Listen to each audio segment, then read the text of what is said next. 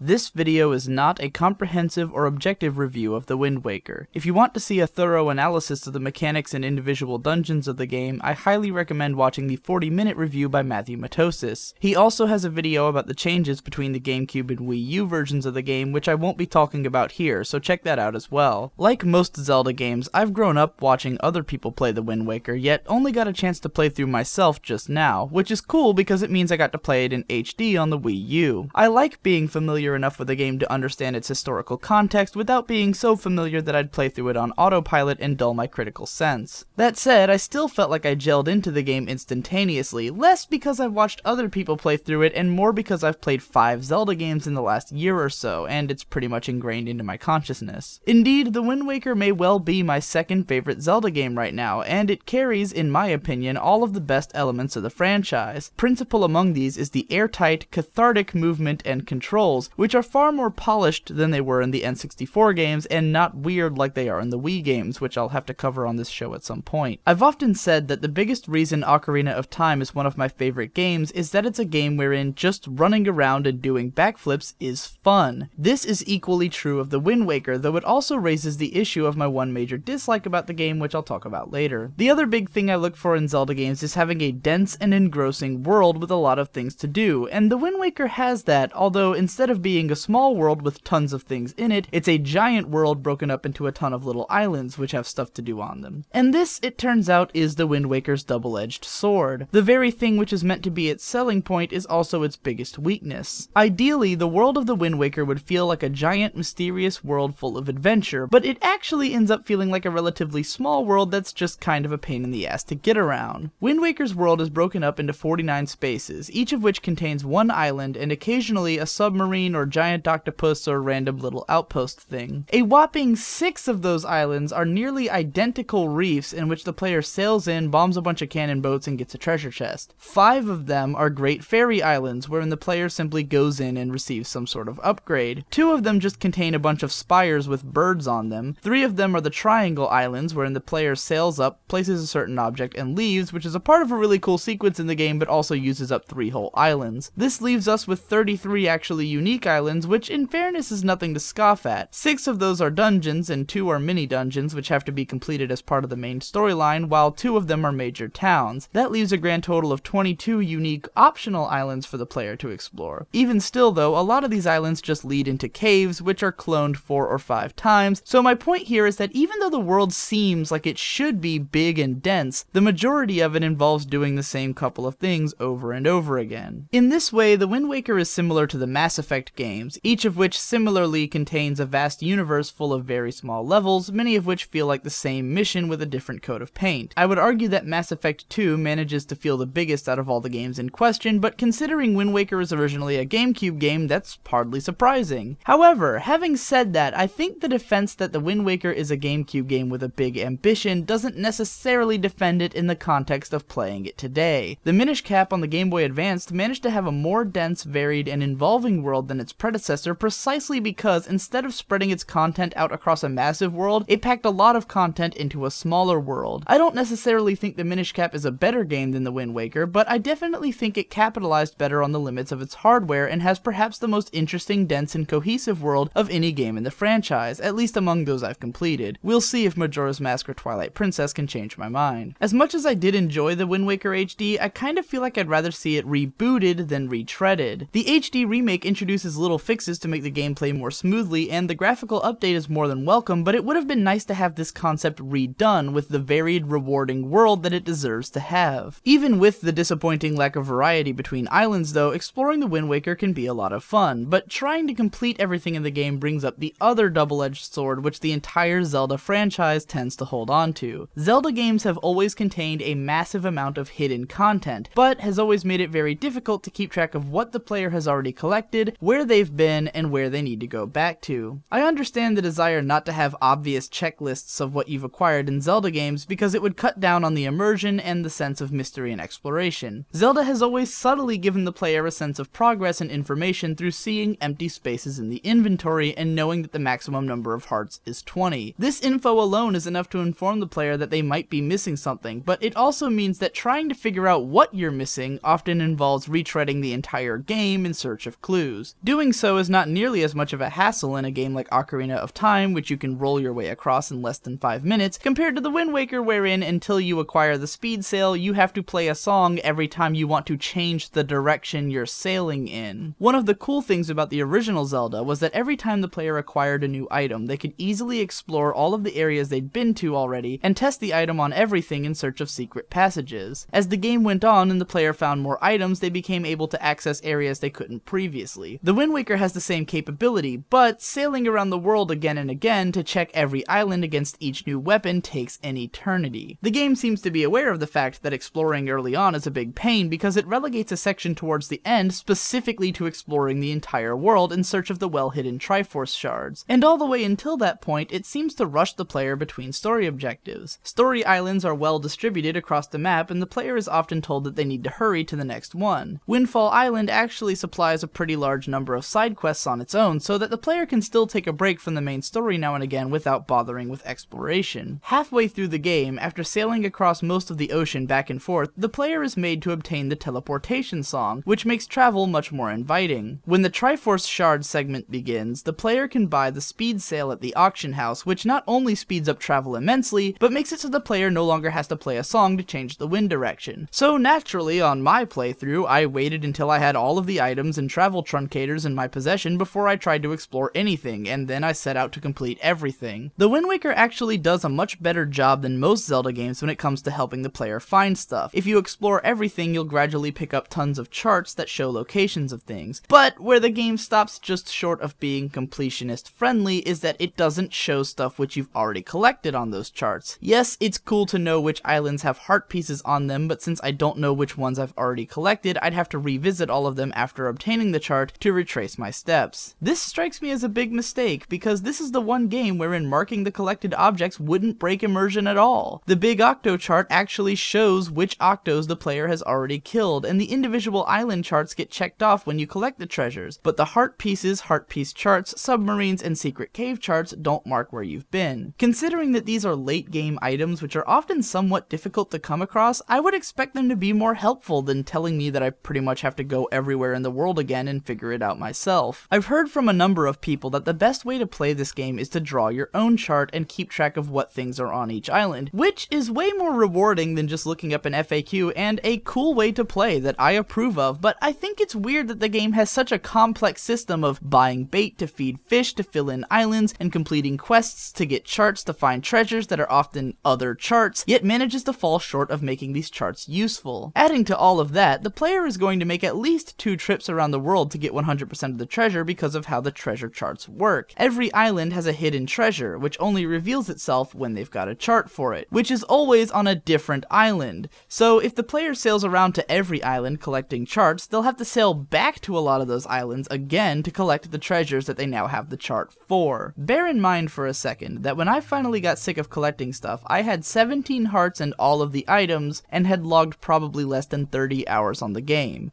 Hard to know for sure because the game frustratingly lacks a time counter. The Wind Waker has only 6 dungeons, which take 40 minutes to an hour to complete, maybe an hour and a half or more on the Wind dungeon because I got lost in that one for a little while. If not for the Triforce collection quest, you could probably crush the main quest line in 10 to 15 hours, and that's including cutscene and sailing times. Considering how much of the side questing involves sailing back and forth and fighting through identical caves, submarines, and reefs, that's a disturbingly large percentage of playtime spent on repetitive quests, only for the game to come out no longer than Ocarina of Time. Now, I've basically been ragging on the Wind Waker for a couple thousand words now, but I'd like to remind you again that I actually loved this game, and it's probably sitting somewhere in my favorites. It's easy to list all of the reasons that the Wind Waker HD isn't my favorite game, but it only hurts so much because the potential was so high for this to be one of my top games of all time. Once the speed sail made exploration tolerable and I got used to the sailing controls, I actually enjoyed exploring the world.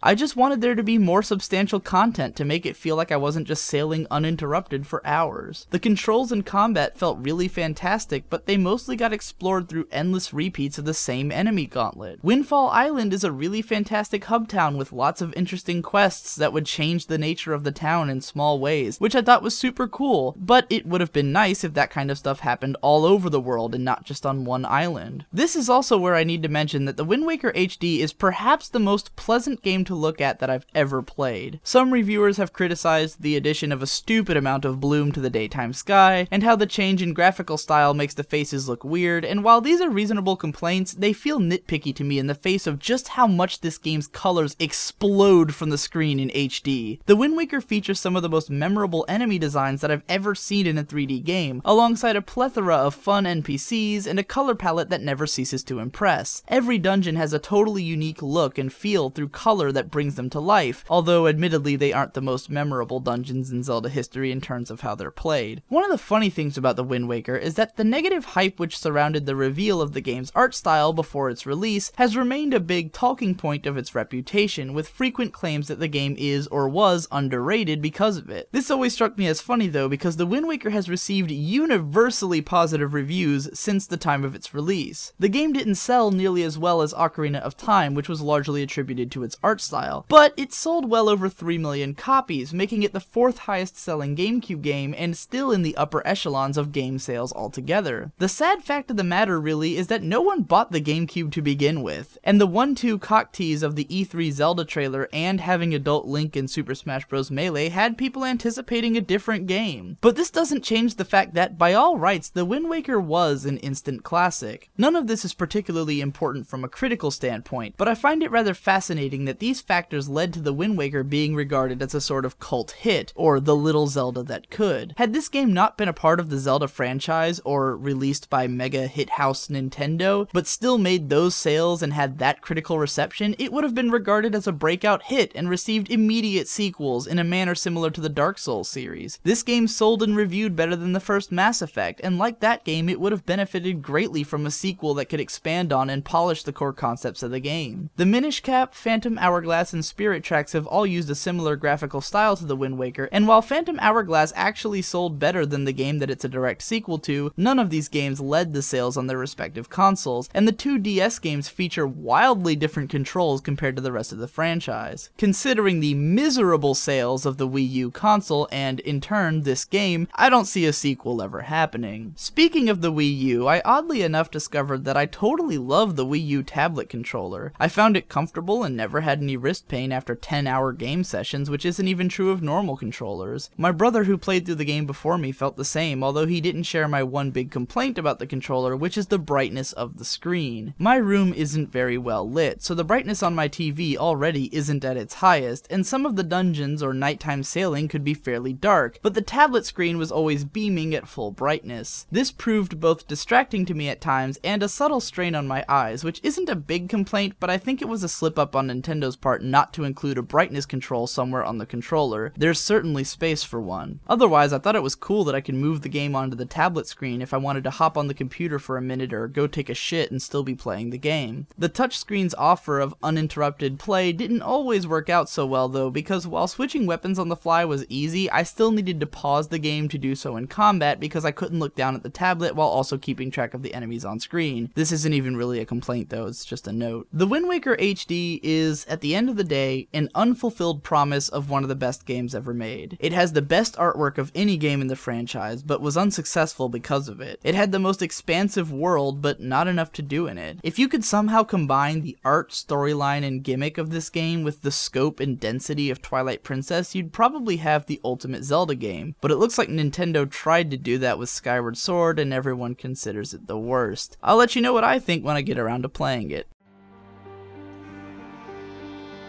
Before leaving a comment on this video, I highly recommend that you check out my video called Why and How I Play Games, and why game reviewers should be telling you this. It should give you some insight into why I've chosen to talk about the subjects that I did when approaching this game. Also, if you enjoyed this video and you want to see more of its ilk, you should totally support me via Patreon. It's a cool website where you give me a little bit of money per video, doesn't matter how little, and depending on the amount I might give you some rewards like dramatic readings of things. So check it out if you're interested, and have a nice day.